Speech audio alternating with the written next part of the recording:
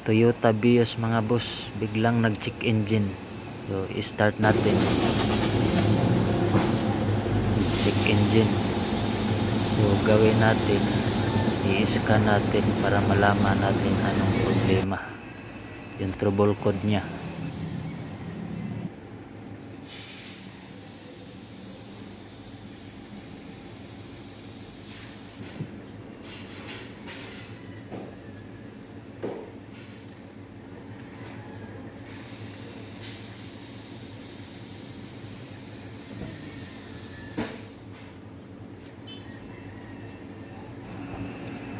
So read trouble code.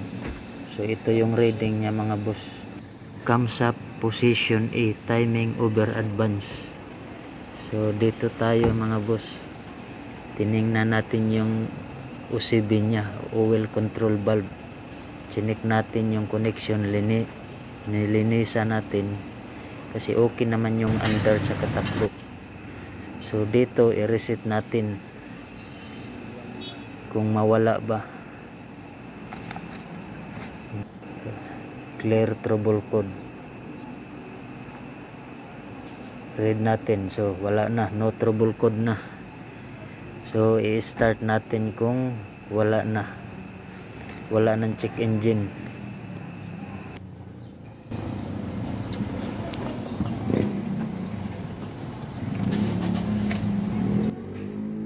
Wala na mga boss, yung check engine okay na. So i-road test na lang natin to kung okay na ba.